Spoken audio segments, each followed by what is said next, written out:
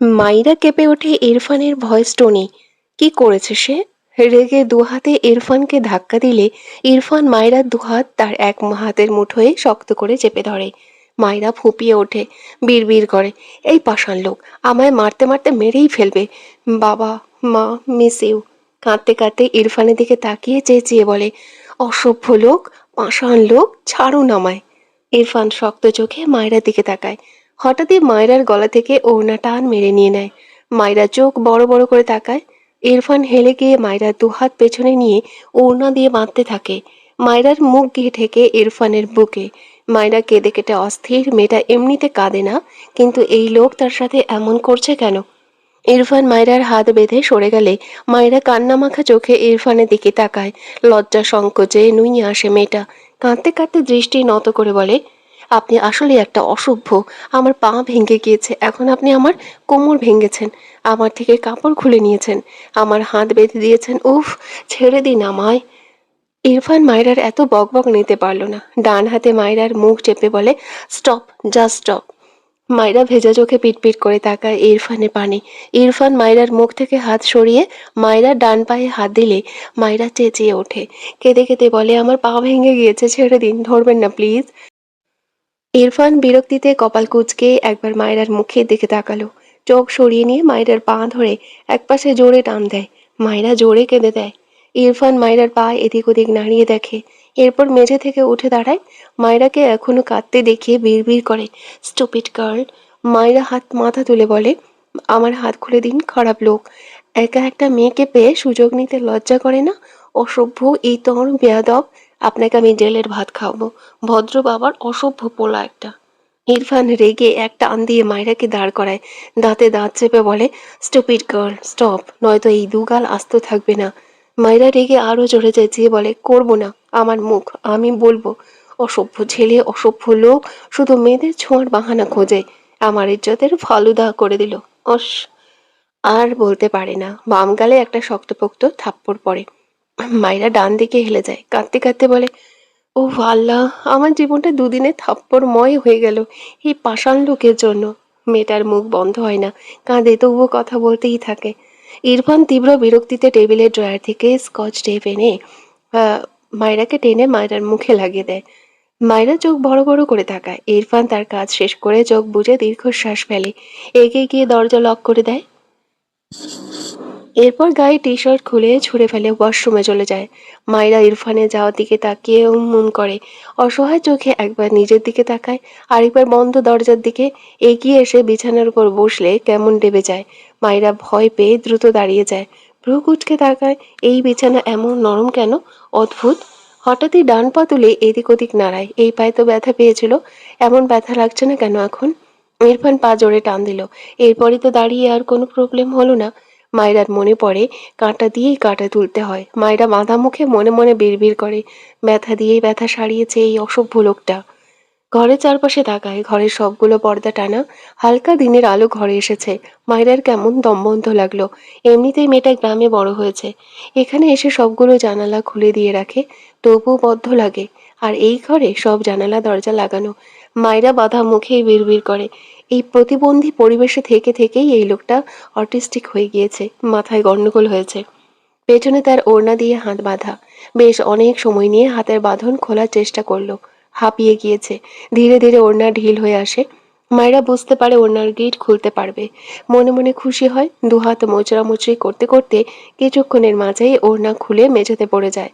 মায়েরা খুশিতে ছোটখাটো একটা লাফ দেয়। দ্রুত মুখ থেকে স্কচ টেপ খুলে ছুঁড়ে ফেলে। এর মাঝেই ওয়াশরুমে দরজা খোলার শব্দ পেয়ে দৌড় লাগায় দরজার দিকে। এই রুম থেকে বের হতে পারলেই বাঁচে যেন। কিন্তু দুঃখের বিষয়, দরজা তো খুলতে পারছে না। ওয়াশরুম থেকে ইরফান বেরিয়ে আসে। শাওয়ার নিয়ে বেরিয়েছে ইরফান, পরনে তাওয়াল জড়ানো, উদাম শরীর। মায়রাকে দরজার কাছে দাঁড়িয়ে থাকতে দেখে ভ্রু কোঁচকালো। মায়রা দরজা খোলায় ব্যর্থ হয়ে পেছন ফিরে তাকালে চোখ বড় বড় হয়ে যায়। চিল্লিয়ে বলে ওঠে, আস্তাগফিরুল্লাহ, আপনার মতো অসভ্য মানুষ আমি দুটো দেখিনি। আমার ইজ্জত শেষ করে এখন নিজের ইজ্জত লুটাচ্ছেন, ছি ছি ছি। চোখ মুখ কুঁচকে অন্যদিকে তাকিয়ে চোখ বুজে বলে, যান যান, জামা কাপড় পরে আসুন।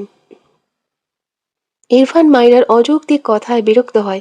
কিছুটা এগিয়ে এসে গম্ভীর গলায় বলে, ইজ্জত শেষ করেছি বলে নিজের মানচিত্র নিজেই মেলে দাঁড়িয়ে আছো।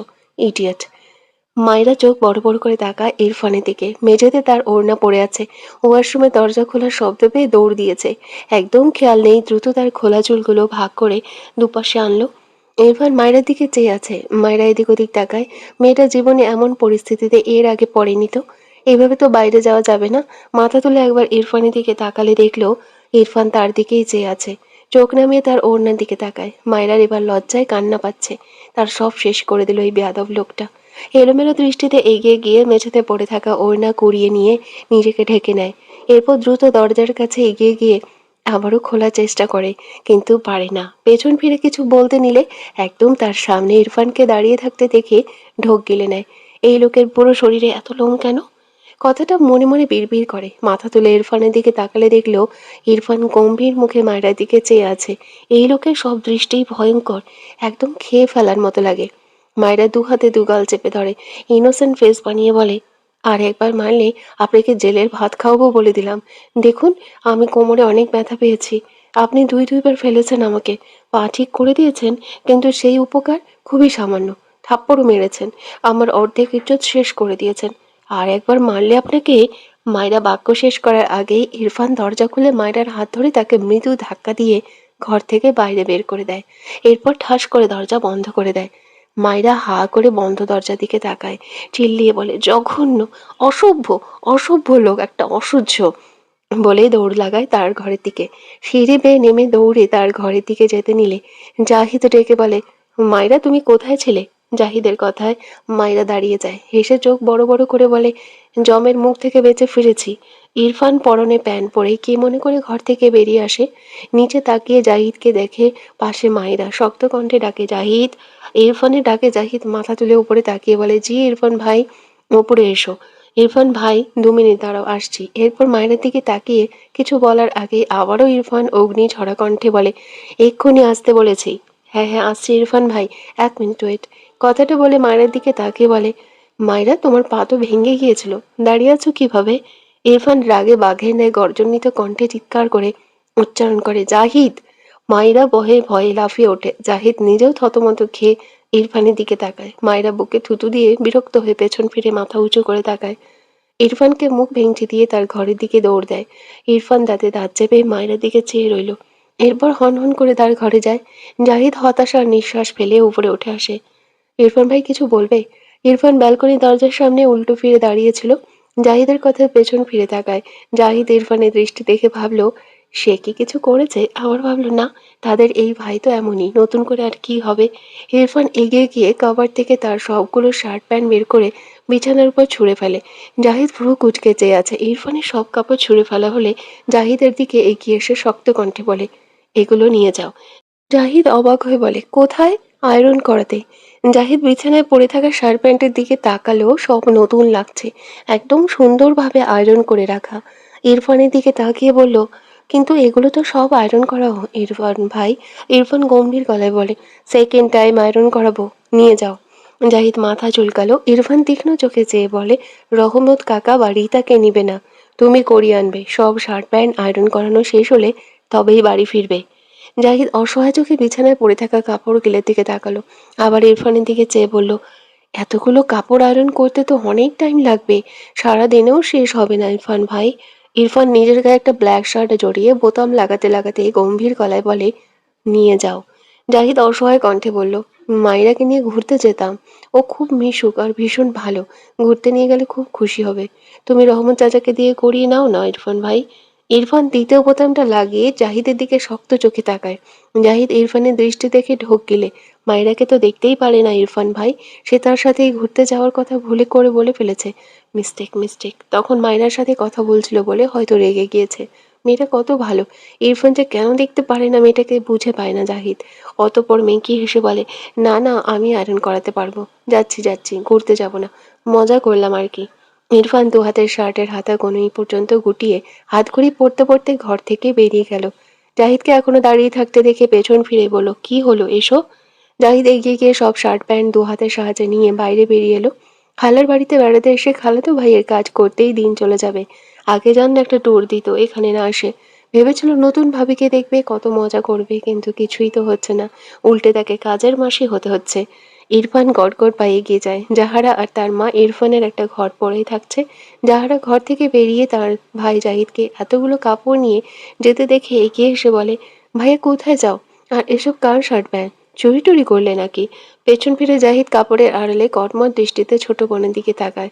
পেছন দিকে তাকালে দেখে ইরফান অনেকটাই এগিয়ে গিয়েছে। জাহিদ দ্রুত হাতে সব কাপড় জাহারার গায়ের উপর দিয়ে বলে, তোকে দিয়ে দিলাম, তোর জামাইকে গিফট করে দিস। এই বলে দৌড়ে তার মায়ের ঘরে যায়। যাহারা তবদা খেয়ে চেয়ে রইল। ভাবনার মাঝে ইরফানের কণ্ঠ পায়, তুই এগুলো নিয়ে গেছিস কেন? জাহিদ কোথায়? যাহারা ইরফানের গম্ভীর মুখের দিকে চেয়ে বলে, মনে হয় আম্মুর ঘরে গিয়েছে। ইরফান সামনে তাকালে দেখলো জাহিদ তার খালামণির ঘরে ঢুকছে। ইরফান দ্রুত পায়ে এগিয়ে যায়। জাহিদ দরজা থেকে ভেতরে দু পা এগিয়েছে, তখনই ইরফান পেছন থেকে জাহিদের শার্টের কলার টেনে বলে, এক কথা বারবার রিপিট করতে আমার ভালো লাগে না। জাহিদ কাঁদো কাঁদো মুখ করে পেছন ফিরে তাকালো। অতঃপর বলল, ইরফান ভাই আমার নাম্বার ওয়ান পেয়েছে। ইরফান তীক্ষ্ণ চোখে জাহিদের দিকে কিছুক্ষণ তাকিয়ে থাকে। হাত ঘড়িতে একবার সময় দেখে বলে, ফার্স্ট যাও, আমি ওয়েট করছি। জাহিদ ভ্রু কুচকে বলল, তুমি যাবে? তাহলে আমাকে কেন নিচ্ছ? তুমিই যাও। ইরফান বিরক্তিতে চোখ মুখ কুচকে জাহিদের কলার ধরে টেনে বাইরে আনে। পেছন থেকে ইরফানের খালা ডেকে বলে, কোথায় যাচ্ছ ইরফান বাবা? জাহিদ কোথায় যায়? ইরফান যেতে যেতে উত্তর দেয়, ভার্সিটি যাচ্ছে খালামণি, জাহিদকে লাগবে আমার। ইরফান জাহিদের কলা ছেড়ে যেতে যেতে গম্ভীর গলায় বলে, জাহিদ জাহারার থেকে সবগুলো প্যান্ট শার্ট নিয়ে বাইরে এসো ফার্স্ট। জাহিদ বিরক্ত হলো, কিন্তু কিছু বলল না। ইরফান তার চেয়ে বড়, ছেলেটা হাসি খুশি হলে তাও কিছু বলা যেত। যা মুড এই ছেলের, থাক, সে না হয় একদিন বড় ভাইয়ের কাজ করে দিক। অতঃপর জাহারা থেকে কাপড়গুলো নিয়ে এগিয়ে যায়। ইরফান নিচে নেমে বাইরে যেতে নিলে তার মায়ের ডাকে থেমে যায়। ইরফান খেয়ে যাও। ইরফান গম্ভীর গলায় বলল, বাইরে খেয়ে নিবো আম্মু। ইনায়াকে কলেজে নামিয়ে দিয়ে যাও তাহলে। ইরফান একবার হাত ঘড়ি দেখলো, অতঃপর বলে, দ্রুত আসতে বলো, আমার লেট হয়েছে। এরপর বাইরে বেরিয়ে যায়। পেছন পেছন জাহিদও বেরিয়ে যায়। রুমানেও দীর্ঘশ্বাস ফেললেন। জাহিদকে দিয়ে কাজ করাচ্ছে কেন বুঝলো না, কিন্তু কিছু বলল না। বলে লাভ নেই জানে। তিনি ইনায়াকে দ্রুত রেডি হতে বললেন। মায়েরা তখন থেকে এসে ইনায়ের সাথে কথা বলছে। আপু তোমার ভাইয়া আমাকে আবার মেরেছে। ইনায় মন খারাপ করে বলল, আসলে ভাইয়া না একটুতেই রেগে যায়। তুমি আর ভাইয়ার সামনে যেও না তো, কেমন? মায়েরা মৃদু রেগে বলল, আরে আপু, আমি তোমার ভাইয়ের সামনে যাইনি, ওই লোকটাই আমাকে ফেলে দিয়েছে। আমার ইজ্জতের ফালুদা বানিয়েছে, তারপর আবার কোলে তুলে ছুঁড়ে ফেলেছে। কোমরে এখনো একটু একটু ব্যথা আছে বুঝলে। এনায় অদ্ভুতভাবে মায়রার দিকে চেয়ে আছে। মায়রার সব কথা তার মাথার উপর দিয়ে গেল। সে তো ঘুমাচ্ছিল, এর মাঝে কি যে করেছে এই মেয়ে। মায়েরা হেসে বলল, আচ্ছা এসব বাদ দাও, তোমার ভাই তো মানুষ নয়, এত ভাবা দরকার নেই তার কথা। আপু শোনো, আমাকে তোমার কলেজে নিয়ে যাবা? আমি ঘুরে ঘুরে দেখবো। ইনায়া অবাক হয়ে বলল, আমি তো কলেজে গিয়ে ক্লাস করব, তুমি কি করবে? আমি খোলা জায়গায় ঘুরবো, তোমার ছুটি হলে আবার একসাথে আসবো। প্লিজ আপু, যাই তোমার সাথে। ইনায়া মায়েরার দিকে তাকিয়ে হেসে বলল, ওকে। মায়েরা খুশি হয়ে বিছানা থেকে নেমে দাঁড়ালো, কোমরে একবার হাত বুলালো। ইনায়া বলল, বেশি ব্যথা পেয়েছো? মায়েরা হেসে বলল, না না আপু, ঠিক হয়ে যাবে। এটা বলে গায়ে বোরখা জড়ালো, একদম রেডি হয়ে বেশে বলল, আপু, আমার মাথায় একটা আইডিয়া এসেছে। আমার মনে হয় তোমার ভাইয়ার মাথায় গন্ডগোল আছে। আসলে পাগলকে পাগল বললে তারা রেগে যায় বুঝলে। তোমার আম্মু মানে আমার শাশুড়ি মাও রেগে যায়। তাই বলছি, আমি আর তুমি দুজন মিলে তোমার ভাইয়ের জন্য ভালো হওয়ার ঔষধ কিনে আনে পানির সাথে গুলিয়ে খাওয়াবো তোমার ভাইকে। এখন কেমন জঙ্গলিদের মতো বিহেভ করে, দেখতেও জঙ্গলিদের মতোই লাগে। চুলগুলো কেমন ইয়া বড় বড়। ভালো হয়ে গেলে সব ঠিক হয়ে যাবে, চুলগুলো কেটে নিলে একদম হিরোদের মতো লাগবে। এখন ভিলেনি নায়ক লাগে বুঝলে। কথাগুলো এক নিঃশ্বাসে বলে হেসে বলল, কেমন লাগলো আইডিয়াটা? ইনার চোখ বড় বড় করে তাকায় মায়ের দিকে, লাস্ট কথায় না চাইতেও হেসে ফেলে। পেছন থেকে ইরফানের গম্ভীর কণ্ঠ ভেসে আসে, ইনায়া। মায়েরা বিরক্ত হয়ে দরজার দিকে তাকিয়ে আবারও ইনায়ের দিকে তাকিয়ে বলে, আপু, তোমার ভাই নিজে তো পাগল, আমিও পাগল হয়ে যাচ্ছি তার মার খেয়ে খেয়ে। ছোঁয়াচে রোগের মতো তোমার ভাইয়া এখানে নেই, তবুও আমি তাকে দেখতে পাচ্ছি। এগুলো পাগল হওয়ার লক্ষণ। তার চেয়ে চলো দ্রুত তোমার ভাইকে সুস্থ করে দেওয়ার ওষুধ আনি, তাহলে আমিও আর পুরোপুরি পাগল হব না। ইনায় ঢোক গিলে পেছন ফিরে তার ভাইয়ের দিকে তাকালো। ইরফান চোখ মুখ শক্ত করে মায়ের দিকে চেয়ে আছে।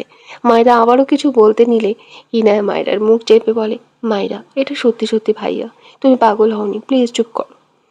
মায়েরা চোখ বড় বড় করে দরজার দিকে তাকায়, চোখ জুড়ে ভীতি। মুখ থেকে ইনায়ের হাত সরিয়ে বারবার জিভ দিয়ে ঠোঁট ভেজায়। আজ সে শেষ। ইরফান রেগে ঘরের ভেতরে প্রবেশ করে চিৎকার করে বলে ওঠে, হাউ ডিয়ার ইউ। মায়েরা ভয়ে লাফিয়ে ওঠে। দ্রুত ইনায়ের পেছনে লুকিয়ে কাঁপা কাঁপা কণ্ঠে চেঁচিয়ে বলে, আপু বাঁচাও, এই জাল্লাদের হাত থেকে আমাকে বাঁচাও। ইনা নিজের গালেই দুটো থাপ্পড় দিতে ইচ্ছে করলো। মায়রার মুখটাও সংযত হয় না, তার ভাইয়ের রাগটাও সংযত হয় না। এখন সে কি করবে? ইরফান চিৎকার করে বলে, বেরিয়ে আসো স্টুপিড। মায়রা ভয়ে কেঁদে দিবে প্রায়। এই লোককে দেখেই বোঝা যাচ্ছে তার বলা সব কথা শুনে নিয়েছে। এখন তাকে কে বাঁচাবে? মাথাটা একটু বাঁকিয়ে ইরফানের দিকে তাকিয়ে কাঁপা কাঁপা কণ্ঠে বলে, দেখুন, আমি কিন্তু আপনাকে নায়ক বলেছি। এত রাগার কি আছে? হ্যাঁ, প্রশংসাই তো করেছি একটু। বাকিগুলো মিথ্যে মিথ্যে বলেছি, ওগুলো ভুলে যান। ইরফান জ্বলন্ত চোখে মায়রার দিকে চেয়ে আছে। মায়রা ইরফানের দৃষ্টি দেখে ঢোক গেলে চোখ নামিয়ে নেয়। ইরফান এগিয়ে এসে রাগে মায়রার সামনে থেকে ইনায়াকে টেনে সরিয়ে দেয়। ইনায় ডান দিকে কয়েক পা পিছিয়ে যায়। মায়রা ইনার পিঠের সাথে অনেকটা হেলান দিয়ে দাঁড়িয়েছিল। হঠাৎ করে সামনে থেকে ইনায়া সরে যায়, মায়রা পড়ে যেতে নেয়। তবে ইনায়ার জায়গা ইরফান দাঁড়ানোয় মায়রা হেলে গিয়ে পড়ে ইরফানের বুকে। মায়রার আত্মার পানি শুকিয়ে গিয়েছে। মেয়েটা ভয়ে জ্ঞান হারালো বলে ইরফানের বুকেই শরীরের পুরো ভার ছেড়ে দেয়। ইরফান ডান হাত মুষ্টিবদ্ধ করে চোখ বুজে লম্বা শ্বাস টানে। ইরফান হঠাৎই মায়রার হাত ধরে জোরে টান দিয়ে বসিয়ে দেয়। মায়রা ধড়ফড় করে চেঁচিয়ে বলে ওঠে, হো আপু, আমার হাত। ইনায়া চোখ বড় বড় করে তাকায় মায়রার দিকে। মায়রা তো অজ্ঞান হয়ে গিয়েছিল। ইরফান শক্ত চোখে মায়রার দিকে চেয়ে দৃষ্টি ঘুরিয়ে ইনার দিকে তাকিয়ে রেগে বলে, সি, এই তো স্টুপিটের বাঁদরামি। মায়রা ইরফানের দিকে তাকিয়ে ঢোক গিলে বিড়বিড় করে, একটু নাটক করেও শান্তি নেই। কথাটা বলে ইনার পেছনে বৃথা লুকানোর চেষ্টা করে। ইরফানের বিরক্তিকর মাত্রা পেরিয়েছে। ইনার দিকে তাকিয়ে রাগান্বিত স্বরে বলে, 2 মিনিটের 1 সেকেন্ড লেট করলে তোকে শুলে জড়াবো আমি। আর এই স্টুপিটের পাশে পাশে যদি দেখেছি তো একটা থাপ্পড়ও মাটিতে পড়বে না তোর। মায়রা ইনায়া দুজনেই কেঁপে ওঠে। ইনায়া দ্রুত বিছানা থেকে নেমে তার ঘরের দিকে দৌড় লাগায়। মায়রা ভীত স্বরে চেঁচিয়ে বলে, আপু, আপু, আমাকে নিয়ে যাও দয়া করে, আমার সামনে বাঘ, বাঁচাও। ইনায়া অসহায় চোখে পিছন ফিরে তাকায়। ইরফানের দিকে তাকালে ইরফানের দৃষ্টি দেখে আর এগোয় না। সে লেট করলে থাপ্পড় তো তাকে খেতেই হবে। তাই দ্রুত তার ঘরের দিকে পা চালালো। এদিকে মায়েরা ভয় পাচ্ছে। কতগুলো বেফাঁস কথা বলেছে, আবার অ্যাক্টিং করে ওই লোকের গায়ে পড়েছিল। এখন তার কি হবে? নিজেকে গুটিয়ে নিয়ে ধীরে ধীরে সামান্য মাথা তুলে ইরফানের দিকে চায়। ইরফানের দৃষ্টির নড়চড় নেই। মায়েরা জানে এই দৃষ্টি মানে তাকে এখন ধোয়ার পরিকল্পনা করছে। মায়রার মনে পড়ে এই লোকটা ইনায়া আপুকে তার সাথে মিশতে নিষেধ করেছে। নিজের মাঝে জমানো ভয় সাময়িক পালিয়ে গেল। মায়রা হঠাৎই রেগে বলে ওঠে, আপনার এত বড় সাহস, আমার সাথে আপুকে মিশতে নিষেধ করছেন? আপনি জানেন মুভি গল্পের কত নায়ক পাগল থাকে? আমি না হয় আপনাকে সেরকম পাগল বলেছি। আর আমি যেহেতু আপনারই বউ, তাই একটু অ্যাক্টিং প্র্যাকটিস করছিলাম। আপনি তো দেখছি আসলেই মূর্খ। ইরফান ঘর থেকে বেরোনোর জন্য 2 পা এগিয়েছিল। মায়রার কথা শুনে তার পা থেমে যায়। রাগে বিরক্তিতে নিজের মাথার চুল টেনে ধরল। আর নিতে পারছে না একে। ঝড়ের বেগে এসে মায়রার গাল চেপে ধরে ডান হাতে। মায়রা ভয়ে কেঁপে ওঠে। 2 হাতে ইরফানের হাত চেপে ছাড়ানোর চেষ্টা করে। ঢোক গেলে কিছু বলতে চায়, তবে ইরফান এত জোরে গাল চেপে ধরেছে কথা বলতে চাইলেও পারছে না। ইরফান নিজেই মায়রাকে ধাক্কা দিয়ে উল্টো ঘুরে দাঁড়িয়ে ফোঁস করে শ্বাস ফেলে। সবকিছু এত অসহ্য লাগছে। মায়রা কিছুটা ছিটকে বিছানায় পড়ে। 2 হাতে 2 গালে হাত বোলায়। ইরফানের ফিরিয়ে রাখা পিঠের দিকে চেয়ে বলে, আপনি আসলেই পাগল। আমার গাল দুটো সরকারি পেয়েছে, উফ। ইরফান উল্টো ঘুরে মায়রার দিকে তেড়ে আসতে নিলে মায়রা বিছানা থেকে লাফ দিয়ে ওয়াশরুমের দিকে দৌড় দেয়। উদ্দেশ্য ওয়াশরুমে গিয়ে দরজা লাগিয়ে দিবে। ওয়াশরুম থেকে 2 পা পিছিয়ে থাকা অবস্থায় ইরফান বড় বড় পা ফেলে এসে মায়রার হাত শক্ত করে টেনে ধরে। পেছন থেকে জাহারা বলে, কি করছো তোমরা? ইরফান মায়রার হাত ছাড়ল না। বিরক্ত হয়ে পেছন ফিরে তাকায়। মায়রা জাহারাকে দেখে ভীত কণ্ঠে শব্দ করে বলে, আপু, এই জল্লাদকে নিয়ে যাও। যখন যা পাচ্ছে আমার সেটা ধরে টানছে শুধু। জাহারা চোখ বড় বড় করে তাকায়। মায়রা কথাটা বলেই শক্তি খাটিয়ে ওয়াশরুমের দিকে একটু এগিয়ে যেতে চায়। ইরফান পেছন ফিরে তাকানোয় বুঝতে পারেনি মায়রা পেছন দিকে পেছনায়। ইরফান নিজেও তাল সামলাতে পারেনি। মায়রার দিকে হেলে গেলে মায়রা ইরফানের ধাক্কা খেয়ে ঠাস করে বাথরুমের মেঝেতে পড়ে যায়। ইরফান নিজেও হুমড়ি খেয়ে পড়ে মায়রার উপর। বালতি ভর্তি পানি ছিল, সব ঢেলে পড়ে ইরফানের মাথায়। আর সেই পানির গন্তব্য পথ হয় ইরফানের নিচে অবস্থানরত মায়রার মুখ। ইরফান হতভম্ব হয়ে যায়। মায়রা চেঁচিয়ে ওঠে, আল্লাহ, আমার কোমর, আল্লাহ বাঁচাও, আমায় মেরে ফেললো গো, এই স্বামী নামক অস্বামীটা আমায় মেরে ফেললো। ইরফান ধড়ফড় করে উঠে দাঁড়াতে নিলে পায়ের নিচে সাবান পড়ে পিছলে গিয়ে আবারও মায়রার উপর ঠাস করে পড়ে যায়। মায়রা আরো জোরে চেঁচিয়ে ওঠে। মেয়েটা মারাত্মক ব্যথা পেয়েছে। ইরফান দাঁতে দাঁত চেপে শক্ত হাতে মায়রার মুখ চেপে বলে, স্টপ ইডিয়েট। এত চিৎকারে রোমা নেওয়াজ সহ ইরফানের খালা এগিয়ে আসেন মাইরার ঘরে।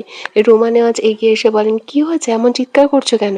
ঘরের কোথাও মায়রাকে না দেখতে পেয়ে জাহারার দিকে তাকিয়ে বলল, মেয়েটা কোথায় চিৎকার করছে জাহারা? যাহারা ঢোক গিলছে বারবার, তার অনুভূতি বোঝা যায় না। কাঁপা হাতে ওয়াশরুম দেখিয়ে দিলে রুমা নেওয়াজ দ্রুত এগিয়ে যায় সেদিকে। ততক্ষণে ইরফান উঠে দাঁড়িয়েছে। ঝাঁকড়া চুল থেকে টুপটুপ করে পানি ঝরে পড়ছে। রুমা নেওয়াজ এগিয়ে গিয়ে ইরফানকে এ অবস্থায় দেখে বিস্ময় কণ্ঠে বলে, এ কি, তুমি ভেজলে কি করে বাবা? ইরফানের মস্তিষ্কে দাউ দাউ করে আগুন জ্বলছে। দুহাত মুষ্টিবদ্ধ করে দাঁড়িয়ে রইল। মায়ের কথার উত্তর করল না। ইরফানের খালা ওয়াশরুমের ভেতরে নজর করলে মায়রাকে ভেজা বেড়াল হয়ে ওয়াশরুমের মেঝেতে শুয়ে থাকতে দেখে অবাক হয়ে বলে, আরে, এ মেয়ে এখানে শুয়ে কি করছে? মায়রা ধীরে ধীরে উঠে বসে, ডান হাত কোমরে রাখে। সকালের কাণ্ডগুলোর পর শরীরে যা একটু একটু ব্যথা ছিল, এখন সেগুলো হাজার গুণ বেড়ে গিয়েছে। সবাই বেয়াদব লোকের জন্য।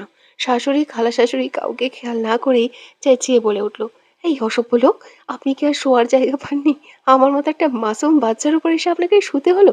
অসভ্য লোক একটা, শুধু সুযোগ খুঁজে বেড়াচ্ছে আমার ইজ্জত নেওয়ার, নয়তো ধূপধাপ মেরে দেওয়ার। আমার কোমর খুলে গেল বোধহয়, বেয়াদব লোক একটা। মায়রা নিজের মতো বকে যাচ্ছে আর কোমরে হাত বুলিয়ে যাচ্ছে। মাথা তার নিচু। বাইরে যে এতগুলো মানুষ মায়রা দেখেনি, দেখলেও বাকি, তার মুখ তো বন্ধ হওয়ার নয়। মায়রার কথা শুনে রোমা নেওয়াজ, ইরফানের খালা দুজনেই বিব্রত বোধ করলো। এদিকে মায়রার প্রতি কথা যেন ইরফানের মস্তিষ্কে আগুনের ঘি ঢালার মতো কাজ করলো। অনেকক্ষণ সহ্য করলো এই বাচালকে, আর পারল না। আগুন চোখে উল্টো ফিরে দাঁড়ালো। মায়রাকে এক ঝটকায় তুলে বাম গালে সর্বশক্তি দিয়ে থাপ্পড় মেরে দিল। মায়রার দুর্বল শরীরটা নিয়ে হুমড়ে খেয়ে পড়ে। মাথা গিয়ে ঠেকে ওয়াশরুমের মেঝেতে। মেয়েটা ফুঁপিয়ে কেঁদে ওঠে। রোমা নেওয়াজ দ্রুত এগিয়ে এসে ইরফানের হাত ধরে টেনে বলে, ইরফান, ও ছোট মানুষ, মেরো না। ইরফান রক্ত লাল চোখে মায়রার দিকে চেয়ে আছে। মায়রা কাঁদতে কাঁদতে মাথা তুলে ইরফানের দিকে তাকায়। হাতের কাছে মগ পেয়ে সেটা নিয়ে ইরফানের দিকে ছুঁড়ে মারে। মগটা গিয়ে লাগে ইরফানের বুকে। ইরফান হাত মুষ্টিবদ্ধ করে মায়রার দিকে এগোতে নিলে মায়রা ভয়ে জোরে কেঁদে দেয়। রোমা নেওয়াজ ইরফানকে টেনে বাইরে বের করে আনে। মায়রা কাঁদতে কাঁদতে জড়ানো কণ্ঠে বিড়বিড় করে বলে, তোকে জেলের ভাত খাওয়াবো আমি, শয়তান লোক। আমার পুরো শরীরটা সরকারি পেয়েছে। আর দুদিন পর আমি পৌঁছে যাব। তোকে টাক করিয়ে ছাড়বো আমি। ইরফান মায়ের হাত ঝটকা মেরে সরিয়ে দিয়ে ক্রোধান্বিত চোখ চেয়ে রাগান্বিত কণ্ঠে চিৎকার করে বলে, এই বেয়াদব বাঁচাল মেয়েকে আমার সামনে আর একবার দেখলে আই সোয়ার ওকে আমি খুন করে ফেলবো। কথাটা বলেই হনহন করে ঘর থেকে বেরিয়ে যায়। ইরফানের কথায় প্রত্যেকে কেমন কেঁপে ওঠে। যাহারা যদিও ভয় পেয়েছে ইরফান ভাইয়ের এত রাগ দেখে, তবে খুশিও হয়েছে বেশ। এতক্ষণ যা উল্টাপাল্টা ভেবেছে সব হাওয়া হয়ে গিয়েছে। মায়রার উপর বিরক্ত হলো। এই মেয়েটা আসলেই অসহ্য, ফালতু কথা বলার স্বভাব। এনায় রেডি হয়ে এসে তার ভাইকে ভেজা বেড়াল হয়ে মায়রার ঘর থেকে বেরিয়ে যেতে দেখে অবাক হয়। মায়রা আবার কি করলো? দ্রুত ঘরে ঢুকে ভেতরে তার খালাতো বোনকে দেখে আরো অবাক হয়। এর মধ্যে রুমা নেওয়াজ এগিয়ে গিয়ে মায়রাকে ধরে ধরে ওঠালো। মায়রা দাঁড়াতেই পারছে না। রুমা নেওয়াজ দীর্ঘশ্বাস ফেললেন। মায়রাকে ধরে ওয়াশরুমে বাইরে আনে। ইনায়া মায়রাকে এভাবে দেখে ভয় পেয়ে যায়। দৌড়ে গিয়ে মায়রাকে ধরে ধীরে ধীরে এনে বিছানায় বসায়। রুমা নেওয়াজ মায়রাকে ছেড়ে রেখে বললেন, তোমার মুখটা বন্ধ করতে পারো না? মায়েরা কান্না মাখা চোখে বলে, আপনার ছেলেকে একটু বললেই তো হয় হাত না জ্বালাতে। কতগুলো মেরেছে দেখেন আমায় আজ। রুমানও আজ বিরক্ত হয়ে তাকিয়ে রইল। মায়রাকে রেডি হয়ে থাকতে দেখে ভ্রু কুঁচকে বলল, রেডি হয়েছ কেন? মায়রা দুহাতে চোখ মুছে ভাঙ্গা গলায় বলল, আমি আপুর সাথে আপুর কলেজে যাব। রুমানা আজ ইনার দিকে তাকিয়ে বলল, আজ কলেজে যেও না। দেখো কোথায় কোথায় ব্যথা পেয়েছে। এ তো মুখ বন্ধ রাখতে পারে না। ইরফানকে কিছু বলে লাভ আছে? দুটো দুই মেরুর। তোমার বাবা তো বিয়ে দিয়ে উদ্ধার করে ফেলেছেন। এখন যত জ্বালা হয়েছে সব আমার। তারেক নেওয়াজ বাইরে থেকে ফিরে স্ত্রীর কথা অনুসরণ করে মাইরার ঘরে এসে বলে, কি হয়েছে? স্বামীর কণ্ঠে রোমা নেওয়াজ পেছন ফিরে তাকায়। দাঁতে দাঁত চেপে বলে, কিচ্ছু জানি না আমি। মেয়েটা মরে গেলে জেলের ভাত খেয়েও বসে বসে। তারেক নেওয়াজ ভ্রু কোঁচকাল। এগিয়ে এসে মায়রাকে দেখে অবাক হয়। চোখ মুখ লাল হয়ে আছে, কেঁদেছে বোঝা যাচ্ছে। দুগাল অসম্ভব লাল হয়ে আছে। রোমা নেওয়াজ আর কিছুই বলল না, তার অসহ্য লাগছে এসব। তিনি খুব ভালো করে জানেন তার ছেলে কেমন একরোখা।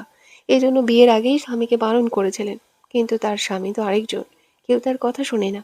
এখন তার বাসায় পড়ে পড়ে একটা মেয়ে এভাবে মার খাচ্ছে আর সে দেখছে। ব্যাপারটায় তিনি যেমন বিরক্ত, তেমনি আহত। তারেক নেওয়াজ গম্ভীর মুখে মায়ের দিকে চেয়ে থাকলো কিছুক্ষণ। এরপর গম্ভীর গলায় প্রশ্ন করে, ইরফান তোমায় আবার মেরেছে আম্মু? মায়েরা চোখ তুলে তাকায়। তারেক নেওয়াজের গম্ভীর গলা শুনে মায়েরা অবাক হয়। মায়েরাকে চুপ থাকতে দেখে তারেক নেওয়াজ ধমকে প্রশ্ন করে ওঠে, কি হলো বলো, মিথ্যে বলবে না একদম। বাবারও ছেলের মতো রূপ বেরোচ্ছে দেখি। তারিক নেওয়াজ ভ্রু কুঁচকে বলে, মাইরা, আমি কিছু জিজ্ঞেস করেছি। মাইরা ঢোক গেলে তারেক নেওয়াজ তাকে আম্মু ছাড়া ডাকে না, এখন নাম ধরে ডাকলো, তার মানে সিরিয়াস রেগেছে। মায়েরা ছোট মাথায় এটাই খেললো, মাথা উপর নিচ করে সম্মতি দেয় ইরফান তাকে মেরেছে। তারেক নেওয়াজ রেগে কপালে রগ ফুলে ওঠে, আর একটা কথাও বলল না। ইরফানের খালা জাহারা ঘর থেকে বেরিয়ে যায়। তারেক নেওয়াজ পকেট থেকে ফোন বের করে কাউকে কল করে, ভার্সিটি যাওয়ার আগে আমার সাথে দেখা করে যেও। শুদ্ধ একটা ক্যাফের দিকেই যাচ্ছিল, সে আর ইরফানের যাওয়ার কথা, একজনের সাথে মিট করার কথা আছে, এরপর সেখান থেকে একসঙ্গে ভার্সিটি যাবে, এই জন্য আগে আগে বেরিয়েছিল। মামার কথায় অবাক হয়, নীরবে সম্মতি দিয়ে কল রাখে। এরপর ইরফানের নাম্বারে কল দেয়। ড্রাইভ করতে করতে বেশ কয়েকবার ইরফানকে কল করলো, ফোন তুললো না। শুদ্ধ ভ্রু কোঁচকালো, কি হয়েছে। মামার কণ্ঠ যদিও গম্ভীর, তবে আজ একটু বেশি অদ্ভুত ঠেকলো। ইরফানও কল ধরছে না। খানিক চিন্তা হলো, ফোন রেখে গাড়ির স্পিড বাড়ায়। ঘর থেকে সবাই বেরিয়ে গেলে মায়েরা ইনায়াকে বলে, আপু বাবা কি অনেক রাগী?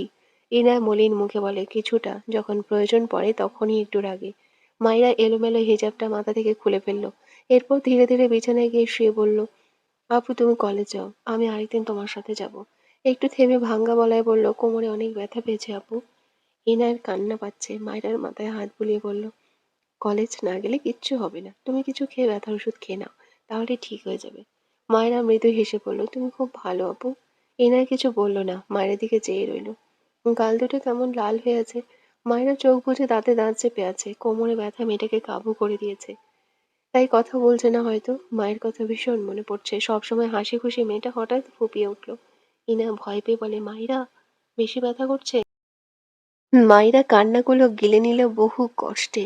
অতঃপর দুহাতে চোখ মুছে মলিন হেসে বলল, আপু জানো, ছেলেমেয়েরা যখন অনেক অসুস্থ হয় তখন তাদের মা ছেলেমেয়েদের অনেক যত্ন করে, আগলে নেয়। এই জিনিসটা ভীষণ সুন্দর না বলো? এনা ভ্রু কুঁচকে তাকিয়ে রইল মায়রার দিকে। মায়রা কেন বললো এই কথাটা? মায়রা হঠাৎই হেসে বলল, আপু তুমি কলেজ যাও, আমি ঠিক আছি। ইনায় রেগে বলল, তুমি আসলে অনেক বড় মাইরা, কিন্তু আমি আপাতত তোমার বড় বোন, তাই আমার কথা তোমাকে শুনতে হবে। কোথাও যাব না আমি, তুমি চুপচাপ থাকো। আমি খাবার আনছি, খাবার খেয়ে ওষুধ খাবে, বুঝলে? কথাগুলো বলে ইনায়া বিছানা থেকে নেমে দাঁড়ালো। এরপর ঘর থেকে বেরিয়ে যায়। মায়েরা মৃদু হেসে ইনায়ার দিকে তাকিয়ে রইল, বিড়বিড় করে বলে, এই আপুটা বেস্ট আপু। শুদ্ধ ইরফানদের বাসায় এসে ইরফানের ঘরে যাওয়ার জন্য দোতলায় উঠতে নিলে তারেক নেওয়াজ বলে, তোমাকে আমার সাথে দেখা করতে আসতে বলেছি, ওই বেপরোয়া ছেলের সাথে নয়। শুদ্ধ তার পা প্রথম সিঁড়িতে রেখেছিল। মামার কথায় দ্রুত পিছিয়ে আসে। বুঝলো তার মামার মাথা গরম। আর তা ইরফান রিলেটেড। তারেক নেওয়াজের ঘর নিচ তলাতেই, তিনি তার ঘরে যেতে যেতে বলেন, আমার ঘরে এসো। শুদ্ধ চিন্তিত বদনে তার মামার পিছু যায়, ঘাড় বাঁকিয়ে একবার উপরে তাকায়, ইরফান কি বাসায় আছে নাকি ক্যাফেতে চলে গিয়েছে? দরকার তো তার। ইরফান গেলে সে থেকে গেল, কেমন হবে না ব্যাপারটা? আবার ভাবলো, ইরফান চলে গেলে তার মামার সাথে ঝামেলাটা করলো কে? ভাবনা নিয়ে তার মামার ঘরে প্রবেশ করে। তারেক নওয়াজ গম্ভীর গলায় বলে, তোমার বাবার অনুপস্থিতিতে তুমি আমাকে তোমার গার্ডিয়ান মানো, তাই তো শুদ্ধ? মামার কথায় অদ্ভুত ভাবে তাকালো শুদ্ধ। হঠাৎ এভাবে কথা বলছে কেন মামা? চিন্তা নিয়ে মৃদু হেসে বলল, জি মামা, অবশ্যই। তারেক নওয়াজ এবার খানিকটা ঠোঁট বাঁকিয়ে হাসলো, তারপর বলল, তা বেশ, তবে আমার কথা মানতে তোমার কোনো প্রবলেম নেই, তাই তো? শুদ্ধ ভ্রু কুঁচকে তাকিয়ে রইল। এবার তার বেশ ভালোই চিন্তা হচ্ছে, কি মানতে হবে তাকে। সে কিছু বলার আগেই তারিক নেওয়াজ উল্টো ঘুরে পেছনে দুহাত একসঙ্গে বেঁধে বলল, তোমার জন্য মেয়ে ঠিক করেছি আমি। তোমার মায়ের সে মেয়েকে ভীষণ পছন্দ, তাই তার মতামত নেওয়া আছে। আর তুমি তো বললেই আমাকে তোমার গার্ডিয়ান মানো, তবে আমার সিদ্ধান্ত ফিরিয়ে দিবে না অবশ্যই, তাই না? তারিক নেওয়াজের কথা শুনে শুদ্ধ চোখ বড় বড় করে তাকায়, বারবার ঢোক গিলে। তারিক নেওয়াজ একটু থেমে বলে, মেয়েটা মাইরা, ইরফান ওকে কিছুতেই মানতে পারছে না, পারবেও না হয়তো। আর ওদের শুধু নামেই বিয়ে হয়েছিল। আমি ওদের ডিভোর্সের ব্যবস্থা করছি, তুমি বিয়ের প্রিপারেশন নাও। শুদ্ধ তার মামার প্রথম কথা শুনেই ভেবেছিল কোথাও বসা প্রয়োজন তার। এগিয়ে গিয়ে বিছানার উপর বসতে নিয়েছিল, কিন্তু দ্বিতীয় কথা শুনে তার বসার জায়গা আর বিছানা হয়নি, ঠাস করে মেঝেতে পড়ে গিয়েছে। তারিক নেওয়াজ শব্দ পেয়ে পেছন ফিরে শুদ্ধকে মেঝেতে দেখে ভ্রু কুঁচকে বলল, তুমি নিচে কি করছো? শুদ্ধ কথা বলতে ভুলে গিয়েছে। বিস্ময় নিয়ে তারিক নেওয়াজের দিকে চেয়ে আছে। তারিক নেওয়াজ ভ্রু কুঁচকে বলল, ডিভোর্সের ব্যাপারে তোমায় কিছু করতে হবে না, আমি সব ব্যবস্থা করব। শুদ্ধ দ্রুত বলে, না না মামা, আমি থাকতে আপনি কেন কষ্ট করবেন, আমি সব ব্যবস্থা করব, আপনি নিশ্চিন্ত থাকুন। দরজা থেকে ইরফানের গম্ভীর গলায় শক্ত কণ্ঠ ভেসে আসে, এখানে কি করছিস? শুদ্ধ চোখ বড় বড় করে দরজার পানে তাকালো। ইরফান রক্তলাল চোখে শুদ্ধর দিকে চেয়ে আছে। শুদ্ধ ঢোক গিলল। একবার তারেক নওয়াজের দিকে তাকালো। তিনি তার ছেলের পানে রেগে তাকিয়ে আছেন। তার ছেলে শুদ্ধর পানে। শুদ্ধ অসহায় কণ্ঠে বিড়বিড় করছে, আজ আমি অসহায় বলে বাবা ছেলের মাঝ থেকে আমায় কে বাঁচাবে? হুম?